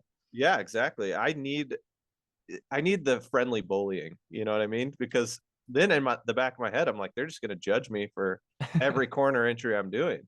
Yeah, and So like, there's there's a style of coaching for every person. Sometimes Yep. a newer person might need some coddling. Some like, you're doing really Hmm. great over here, but maybe you need to work on that. Or Right. if it's like your best friend, it's like, no, your dog shouldn't turn one. You got to break like 50 feet later, Yeah, like exactly. step it up, or someone's gonna come flying past you. Yep. And sometimes that's okay. It's all like it's tough love. And I think that's the hardest part for me coaching is like how much can you get away with like, the friendly making fun of them. You don't want to make fun of them, like that's not the intention, but it's like that push of like, hey, I see this little area you can improve on. Like I'm going to make fun of you until you get it right, and like I try not to coach that way. I try to like, be helpful and like we're riding really good and like you said, riding really good in this part of the track, but we're really like mid corner, we're losing a lot of speed and this is the reason why, so like Yeah. there's always a reason for everything that you're doing and it might not always be obvious. I think that's the hard part is figuring out the reason or how somebody learns, the reasons why they're doing things wrong. Yeah, and So, one of the reasons I'm going to be moving to Vegas, or the main reason, is for a car experience driving coaching company. yep. So it's I was just down there last week, driving Porsche and Ferrari, Lamborghini, Nice. Aston Martin, Nissan, and what an opportunity, man! But it Yeah. is so different than motorcycle coaching because I'm sitting in the passenger seat coaching the person who's driving. Yep. So um, they get like a 15, 20-minute briefing session in the classroom where they teach Yep. you how to drive a car in 15 minutes. And then it's people who are licensed. They have to have at least a driver's license. Right. But then I get from the classroom putting on their helmet and like, I'm surprised how many people don't know how to put on a helmet and like strap up their helmets. It's like, okay, we're starting Yeah. from scratch here with this guy. Yeah. And Yeah. then I get from the helmet area to the car and like 3 minutes of debrief in the car of like be smooth with the throttle, like the Mhm. steering wheel is really light. You can brake in a straight line, but the moment you have any steering input, you need to be trail braking, releasing those brakes, Yep. that kind of thing. And then we're going. Yep. And now it's like five, it's not a racing school, it's like more of like a driving experience. So they Right. get like 5 laps and you can buy more laps a la carte if you want. Is it Speed Vegas or Yep, Exotics? exactly. Oh, okay, nice. Speed Vegas, Exotics Racing. Yeah. I should be moving there. The idea is January 12th if everything goes well, and Nice. start a few days after that, after my 30-hour drive and 2 Airbnbs along the way. And so the biggest difference is on a motorcycle, you only have so much time to talk to them off track before they get Right. back on the bike. There's no audio communication between riders. Hmm. There's no intercom system. You only use hand signals sometimes on the Right. bike, but in the car, you're sitting next to them. You're telling them step by step through each part of the track what to do, where to be off the brakes, look at this cone, turn in here, and so you're Right. just talking them through the whole entire lap. And so, and you're also in the same vehicle as them. You're not on a separate vehicle, so it's Hmm. like what they do directly affects you and where you're going too. And like if they get into a slide, my job is to correct the slide from the passenger seat, like Yep. maybe grabbing the wheel, or maybe I have a brake pedal on my side, so maybe getting on the brake so we don't slide more.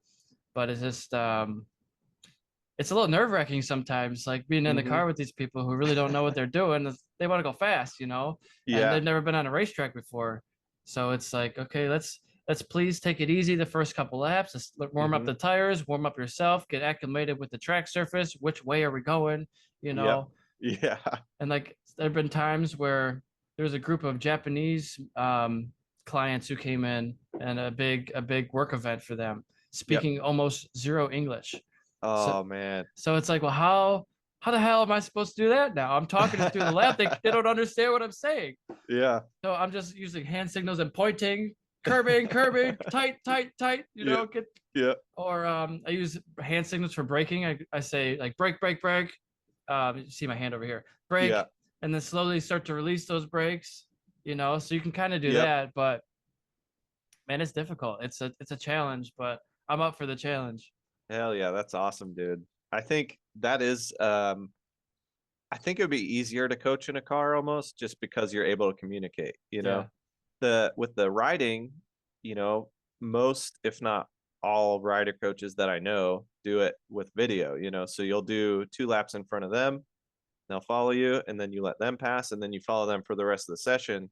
So you work on like what we talked about prior. And you can only coach by seeing video. So like you're not able to correct what's happening right at this, unless you pull them off the track. But you don't want to like, oh, we need to pull off and talk about this one thing, because they might be doing a bunch of other things right, and you want to get that on video.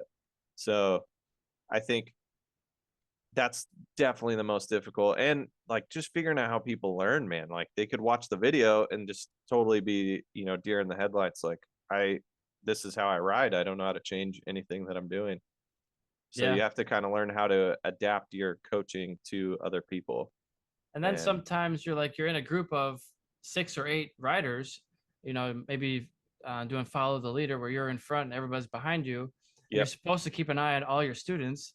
yep, Like that's pretty hard to do. And then one time I was at Grattan, and one of my other students said, "You got to watch out for this guy. This guy, he's taking the completely wrong lines. He's looking yep, like he's going to run off the track every other corner."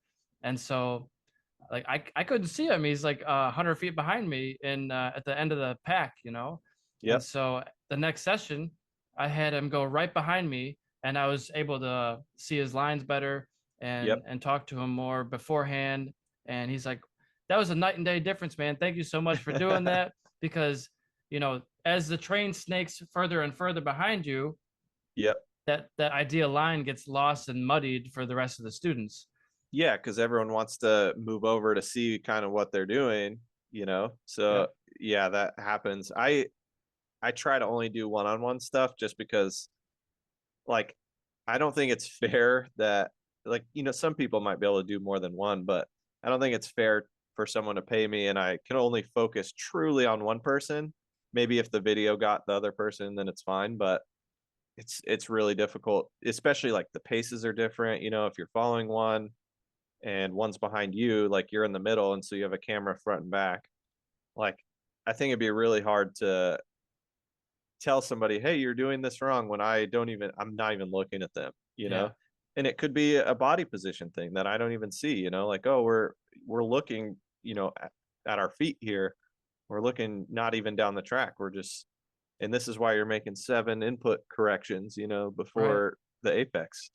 So there's just so many things that that would be a disservice. If it were me coaching, I would just be doing a disservice to whoever I was coaching. I'd be very bad at that. Yeah. Well, this is more like a track day environment, not Oh, for specifically sure. like dedicated coaching. I see. I Um, see. but they weren't paying for coaching; they were just paying for track days. But Right. if it's one-on-one coaching, you want that immediate feedback rather than a group of Yeah, 8 people. exactly. And I think it works well like when you're running a program like Superbike School or Yamaha Champions Riding School. It works really well, the coaching as a group, because you're teaching a technique, and then like you're able to see the technique every once in a while. Like when you're doing one-on-one, sure, you might teach a little technique stuff, but you're working on very specific things to one person. And I think I've never really done like a school or anything, so I can't say it would work or would not work for me. But I definitely feel like I need the attention, directed towards me if I'm going to get coaching, Right. because it'd be hard for me to like do 6 laps and come in and then they're talking to someone else, and I'm like, how do you know that you got, like, you're telling me the right thing? Because Yeah. if it's me coaching, I couldn't tell you if you were. Yeah. So I that's did tough. the uh I did the California Superbike School as a student this year at VIR, and Nice. that was a lot of fun. I mean, I've been riding and racing for 11 years. Hmm. I think I know what I'm doing, right? But there's always more to learn. There's always better techniques to deploy, For sure. and there's always bad habits to get rid of. Things that you're not doing perfectly that you think you're doing well, but you're actually not hitting the mark on certain things. Yep. So I thought it was very beneficial. I just did the level 1 classroom, and Nice. yeah, man, it helped me out. And I should be coaching for them starting in March. So Nice, man. Congratulations. thank you. It's It's awesome. exciting. It's one of the biggest, most well known motorcycle coaching programs in the world, I'd say. And Yep. it's such an honor to be in the conversation with my name and their company. Yeah, that's awesome, dude. So It's really cool, like, because I know the mechanic JJ over there. He's awesome. I've met Keith and Dylan, just doing the corner work and stuff. Like so many, like James Toohey. yeah, I know so many of the coaches there too. So that they're good people for sure. yeah. And so I'll be doing a bunch of traveling next year. I will be in Hmm. California. They don't do Laguna Seca anymore. It didn't work out with their scheduling, it sounded like, Hmm. but it sounds like Thunder Valley or Thunder Hill Thunderhill, probably and Streets of Willow. Streets of Willow Springs. I'd like to Yeah, do the regular Willow Springs, but yeah. No, you don't. no. No, it's so bumpy and Oh torn yeah. up. Yeah, I it's think go it's ahead. brutal there. Yeah. It's brutal there. That's all I was gonna say. I think Sonoma is supposed to be on the list, but That'd be a cool track. I heard it's beat up, but I mean, it's iconic, man. You got to go yeah. check it out. Yep. And then it'll be NCM in Kentucky, I Hmm. believe. They'll do the Washington. Is it The Ridge. the Ridge? Yep. And then they go to Barber, Yep. and I don't think they do Road Atlanta, but they do VIR in Pittsburgh Hmm. and probably a couple others I'm forgetting. Oh, they Nice. do Las Vegas Motor Yep. Speedway. Yep. That's where I did the corner work in most. So for sure, that track's fun too. With Apex Assassins, we do track days there, um, and it's a fun track. It's really flat, but it has pretty good grip. Like in the morning when it's cold, the grip is a little green, but I mean, other than that, it's pretty darn good. And I It's a lot of understand fun. that's kind of like a mini Daytona. No, so that's the big track. So they run the outer course. That's the big track is more of like more NASCAR-y, and I don't even know if there's an infield there, to be honest. Hmm. But and I haven't even been inside the stadium, so I couldn't tell you. So there's But two tracks there then. yeah, so they actually have three. So drag strip, they have the oval, and Hmm. then they have the outer course, which is more of a road course. So, Okay. I but didn't know. I haven't looked it up on Google Maps yet. yeah, yeah, it's pretty fun, man. And I don't know. I think they do the full course, and they might even flip the direction, like Saturday to Sunday. So like you'll do clockwise Saturday, counter on Sunday. I love that. That yeah, it's a lot of fun, man. Like both directions are really good. There's only one turn that's like pretty sketchy. If you did crash, there's a wall kind of close proximity, Yeah. but I mean I always take it easy there. I don't care who passes me there. It's Right. even It's if not we're worth it. racing, yeah, I don't care. It's not a big deal. I ride conservatively anyway, and maybe that's why I'm slower, but Yeah. I always have like that little bit extra in the tank that you know I'll bring out for like Moto America, I guess. Yeah. Live to ride another day. That's right. If yeah, you crash at Moto America, dude, it's on TV, so at least you get that out of it. So tell me about your Moto America experience. I don't have a whole lot. I've done two Laguna rounds basically. So my first one I qualified like 17th or 19th, something like that, and finished 14th. And then that was in 2019 or 2020, one of those two. In the Probably points. 2020. Yes, I got points, dude. My first check ever Heck was yeah. Moto America. So it was like, yeah, it's like $250, dude, for Nice. 14th.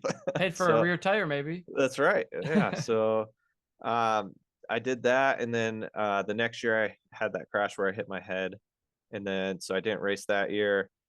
I had everything ready to go, but it was just too close in proximity where I was worried about a re-injury to the head. I was worried about money. It's another big thing, but mostly like health wise, I was like, nah, it's probably best that I don't do it. Yeah.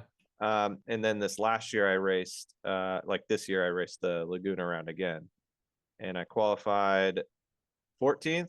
I finished 18th.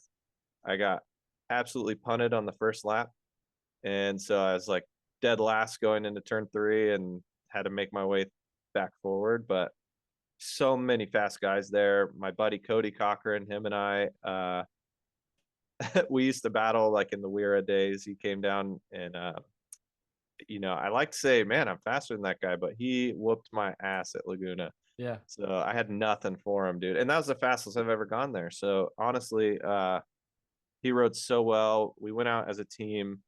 Me, my buddy Anthony, my buddy Jack, who races for Wawa Racing, and then my other buddy Will. So um, we are like the Apex Assassins race team as far as Moto America goes. But we all qualified like top 20.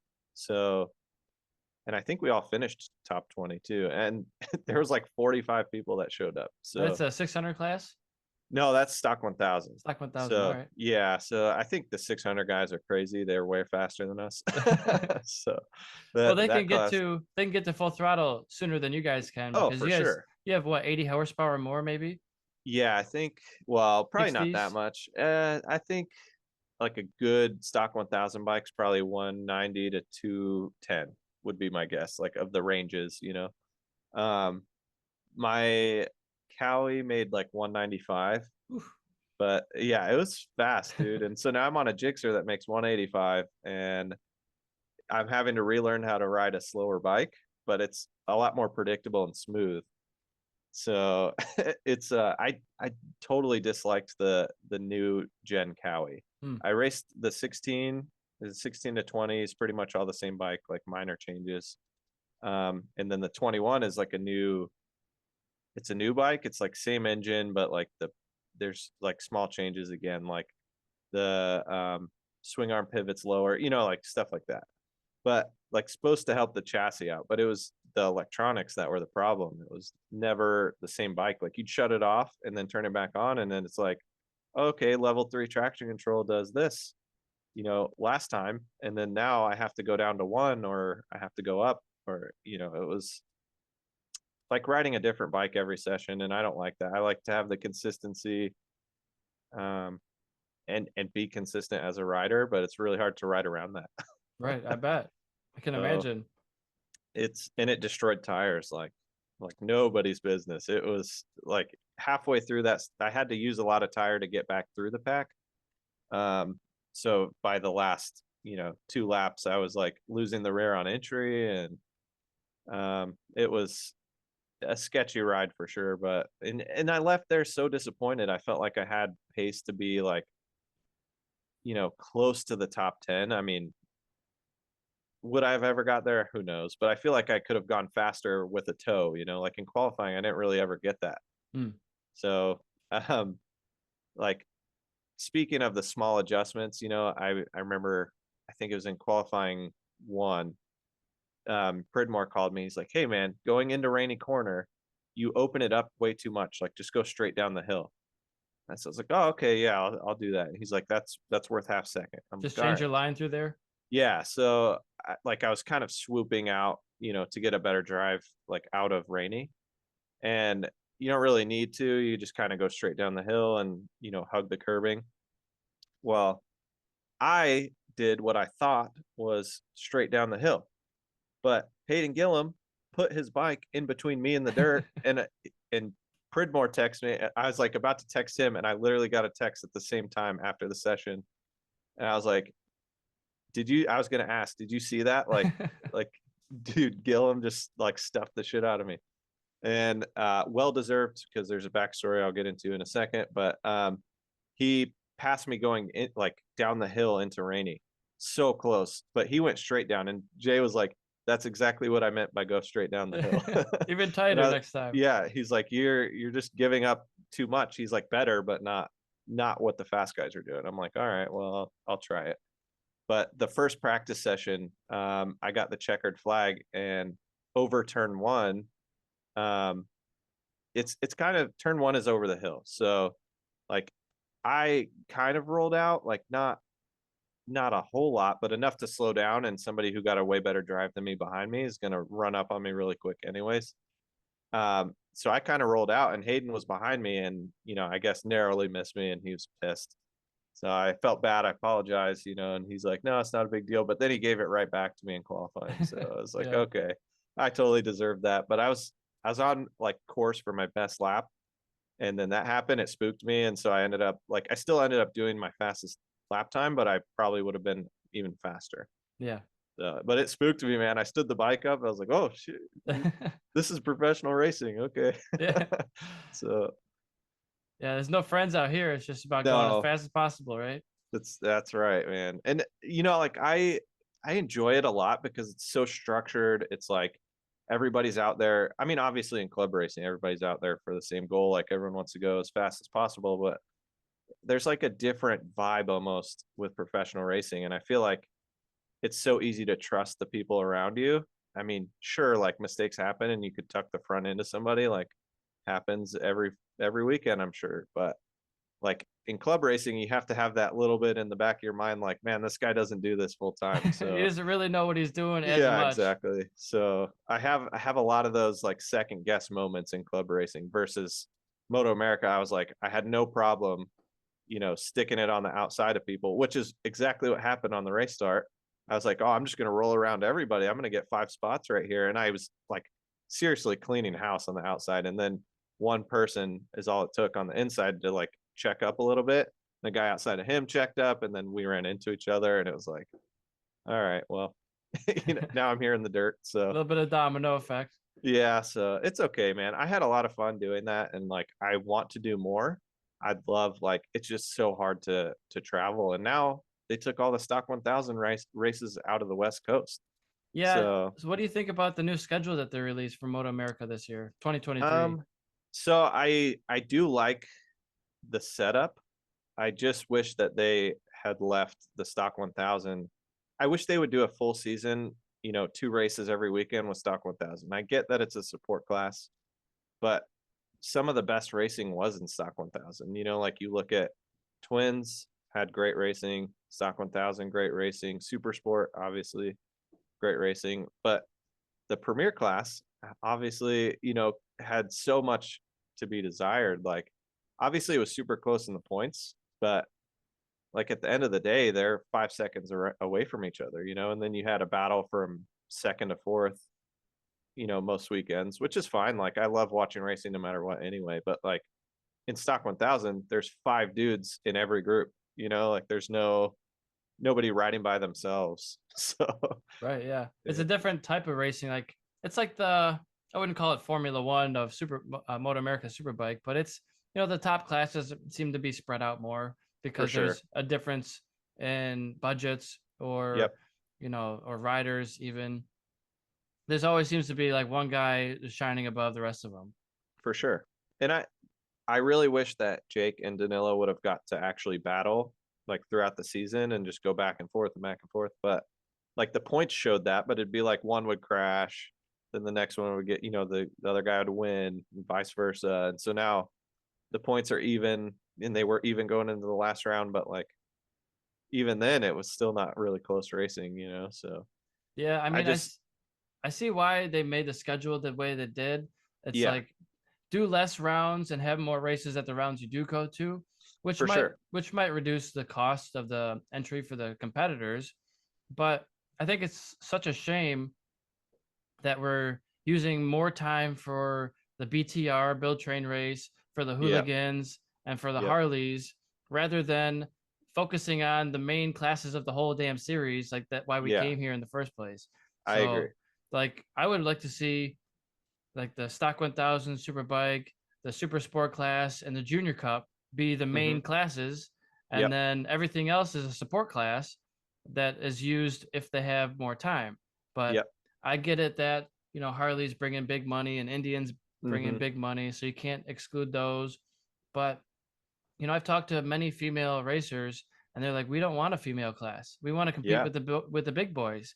yep. So like, why do we have a novice amateur class racing at a professional level? Right. I I don't- and that's the whole thing with BTR. Like I understand what they're doing and like they're trying to bring people into the sport, but like this is also professional racing, you know? So and all these people are spending big money to be there. So and I get that they did, they kind of changed it this year where there's 2 races in a weekend, which makes it more worth it for you to travel. But at the same time, like you took away your biggest grid. I don't fact check me on that, anybody, but you took away your biggest grid in Laguna for stock 1000. It might have been somewhere else, but it was massive. I mean, as far as like signups and entries go. I mean, who doesn't want Obviously, to race at Laguna, right? I know it is a badass track. It's a lot of fun there. It's just I wish that I feel like they put out those surveys and stuff, um, and they don't ever listen to who puts because I feel like all my friends have the same opinion, So I'm not really sure who is like, oh man, I really love BTR, and it's cool to see it like, they did it like 2 or 3 times. It's cool. They have their own little series, but it's also like they're not professional racers, so it's not really fun to watch, and they have even bigger gaps than Superbike, so it's Yeah, like they're they're all just over the riding around place. by themselves. Yeah. So I as far as entertainment value, I think that's probably at the bottom of my list. And like you said, I would like to see a competitive Superbike, but I mean, it's the premier class, so I'm not going to complain about that. There's big money in there too. Stock 1000, Super Sport, Twins, and the Junior Cup. I feel like all of those classes have so much to add. Like even Twins, man, was so competitive. Like Yeah, there's 7 people racing for a win, like, and at Daytona, like they're all battling. So there's just so much that I think we could do as far as Moto America goes to make the viewership more entertained. and then Moto America says, "Oh well, we're trying to be keep our classes just like World Superbike." Yeah. Well, what? No, you're not. Like, what are all Yeah. these other classes then? Yeah, exactly. So I think, I mean, even look at that. I don't know. I can't speak for anybody overseas, but they look at the American side of the sport and they're like, oh yeah, that's why nobody good comes out of there. Like it's sad. And I mean, dude, Bobier did amazing. Everyone's like, oh well, he didn't have any good results, but like the dude is seeing the tracks for the second time, Yeah, and he's fighting for podiums. And okay, so he crashes, but like he can't make the softer tire work for the whole distance, right. But like the dude did amazing. He And had he's gonna some come really over great here and race. finishes. He's Yeah. gonna be on a BMW now in Moto America, Yep. and I think he's gonna. How could he not do really well? I have high hopes for him. I think, and you get a ride at that talent pool level for 2 years. Like, there's no way your skills are not built up. But also, there's gonna be that adjustment again of going back to electronics. Like, you had to relearn to ride without them, and I think um, it's hard to say, but it would be cool to see him on a GP bike just to see like what he does with like a full blown modded chassis, like electronics, the whole package, just to see like if the superbike level translated. You know what I mean? Yeah, and So I think Joe Roberts is our next contender for MotoGP. I mean, he already turned down a MotoGP ride I with the know. Aprilia. Like, is he kicking himself now for that? I would be. Yeah, I think back then, like you had no idea that they'd win a race. Yeah. I think that it'd be tough to. I still don't think he's kicking himself now. I think he's probably like, yeah, I made the right decision at the time. And there's obviously a crazy amount of development that went into that. But now MotoGP is so tight, like it used to be that people would get lapped in MotoGP. That Yeah. doesn't happen anymore. Now they're all in the lead lap within 20 seconds of each other. But if you're 20 seconds back, like you're a nobody. Right. Yeah.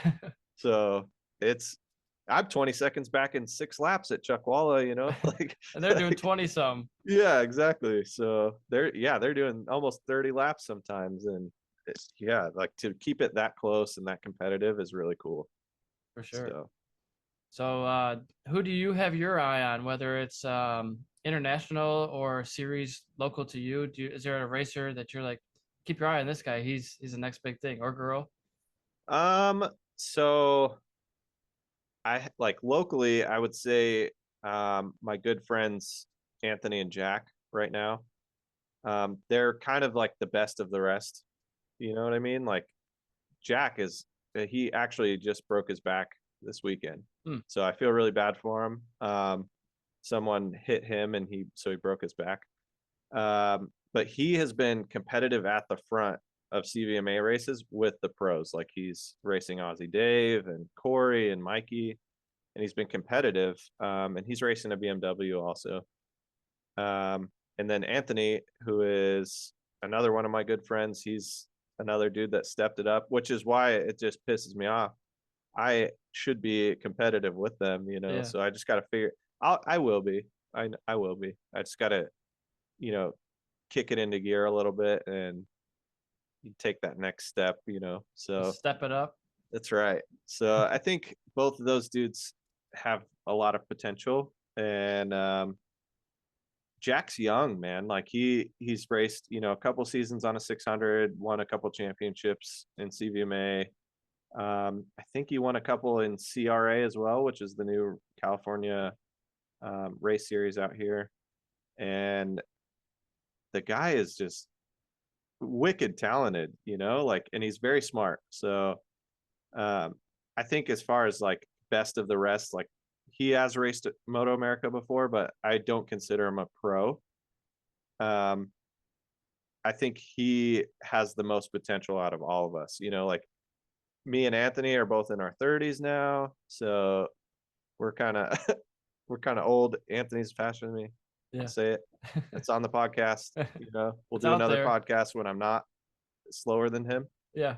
There will be a little chip on my shoulder then, but so yeah, maybe get him on here. We'll see. All right. Yeah. Just send me his info. I'll be happy to talk to just about anybody. Yeah, for sure. Jack is in a back brace now, so you would love to talk to him. The guy's super smart as far as local talent goes. My friend Mallory, she's killing it on a 600 right now. She's racing Super Sport and Moto America. Owen, Is that Mallory Dobbs? it is, yeah. Okay, yeah. So I know the name. she's killing it. I think if Rainey had a consistent bike, she would be just as competitive as Mallory, but I don't know if she wants that necessarily. She's racing for fun, so I obviously want to see her go out and win races and stuff, but the 600 class at CVMA is like a meat grinder. there's 30 bikes on the grid, and to qualify 15th, you're in the 50s, which is insane, but another kid, Owen Williams, so he raced Junior Cup. He's been on a 600 a few times, Chuckwalla this year, and it's gone super fast, and this is like the first time he's ever racing a 600. So like, winning races, and like the kid's on a 400 most of the time, and he gets on a 600, and now he's really fast. And he's like another one of Pridmore's prodigy kids. Oh, good. But yeah, those kids are wicked fast, and yeah, I really don't want him to keep racing a 600 because he's gonna be way faster than me soon. So only a matter of time. Yeah, and honestly, the last round he did go faster than me. So yeah, that's an ego blow for sure. Just keep an eye on those kids. That's right. Yep. So yeah, and Mallory's boyfriend Joel also, he's improving so much. So dude, he's out there leading races at Chuck too on 600. So they're competitive with each other. So I don't know what their deal is, but I think they take a race off so they don't have to race each other. So there's no animosity there, but that's a good solution, Yeah. So for sure. And is there anything on your mind you wanted to talk about today we haven't covered? I think that's it, man. We talked about a lot. Yeah. How long was this thing? An hour and a half? Hour 43 right now. Holy cow. Yeah, we chatted for a long time. And so if someone wants to get some coaching from you, where do they go, or how do they contact you? So I'm available on Instagram. It's at Apex AP3XED, or my website is racelinerd.com, and it's got all my rates on there and when I'm available. There's a calendar when I'm available and stuff. So I just restarted my 9 to 5 job, so the days will kind of switch up. I'll have to adjust that, but yeah, man, I'd love to hear from anybody that wants coaching, man. So I love talking about it. So. And do you provide a motorcycle or gear, or how does that work? So I don't, but I do work with Randy from 619 Knee Draggers, and he rents out bikes. And if they do need gear, I can source some gear. But Randy has anything from a street 300 to a full blown race bike R6. He's got a wide range of bikes, street bikes, mostly track bikes. But he'll basically pick your bike up from your house if you want. This is his service. He picks your bike up, takes your gear, all your stuff to the track. All you have to do is show up. He hosts a super pit, barbecues. Yeah, so it's an awesome service, and he rents bikes out, obviously, and yeah, he's a hustler, man. He works really hard. Yeah. So And then is there a network of racetracks you go to, or is anyone in the world up for grabs? So I would coach anywhere in the world if they provided a bike, depending on where I had to go. But mostly I stay on the West Coast. So anything in Southern California, that's like Buttonwillow, Chuckwalla, Willow Springs, Las Vegas. I actually had a dad hit me up to coach at Apex, which is a local karting track to me. So we'll go out and coach on the mini bikes, which is really cool. I can do that. I've also been hired to do sort of like the MSF course, like someone who's never ridden a bike before. So I kind of taught them how to ride in a parking lot, and yeah, so I could pretty much do anything. Obviously, if you're super fast and I can't coach you, I'm gonna tell you, like, it's probably not safe for me to go out and coach you. Like if Yeah. you're at the same pace as me, it doesn't even make sense. Like if we're doing the same lap times, I'm not gonna be able to. Like, I'm not Jason Pridmore. Well, you can Or still give them. You don't necessarily have to be faster than them, I don't think, but you can no. point out mistakes and maybe tips and tricks, and Hmm. it's like all about these different puzzle pieces you're just trying to put together to make them a more well-rounded rider. For sure. And I think another cool service I do is like I'll do video stuff. So people will send me their video, right? And then we sit down for about an hour and we talk about, like, a lot of it is line choice, throttle and brake application. You can kind of see on the video. Now with like the new smooth GoPros, it's really hard to see if anything is abrupt. But you'll be able to hear the bike and, like, oh, we kind of way overslowed in this corner. We didn't really let go of the brakes. You're a little too far left, stuff like that. So I have that on my website as well. And we just kind of do a Zoom call sort of like this. I just use a different platform. So yeah, it's pretty easy, and I can do that with anyone across the country or, overseas as well. So All right. And do you have any sponsors or any people supporting you that you want to talk about? I do. So, well, I want to thank my fiance, first of all. She basically supports me for everything I do. And I love her. So I love you, Rainey. We're getting married in September. That's That's our, exciting. yeah, it's seems like a long ways away, but I'm sure it's going to pop up pretty quick. It's coming up. It is. Yeah.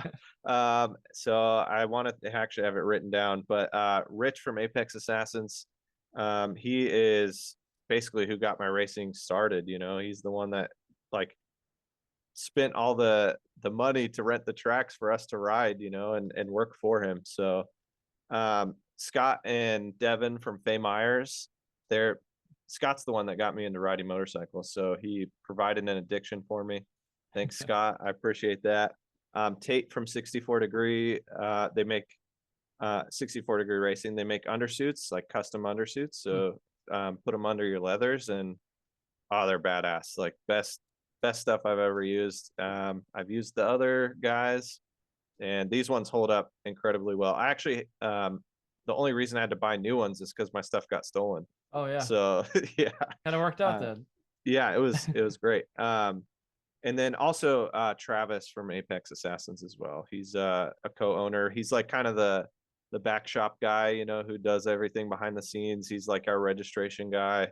I love both of them. They're my best friends. So You guys are just out there killing apexes. that's right, dude. We're assassinating them, dude. And actually, it's funny. Rich started Apex Assassins, like AA, so we could go to AA meetings together. Yeah, perfect. So Rich McGee from Dainese, Orange County. He's got all my gear needs and warranty stuff I need. Rarely need that stuff, but the last thing was the GPS thing in the airbag. So Jason Pridmore and Josh Hayes, and for their coaching and friendship. And then the last one is two. and they're competing. So I have to thank 61 DTC and CT Racing for Pirellis.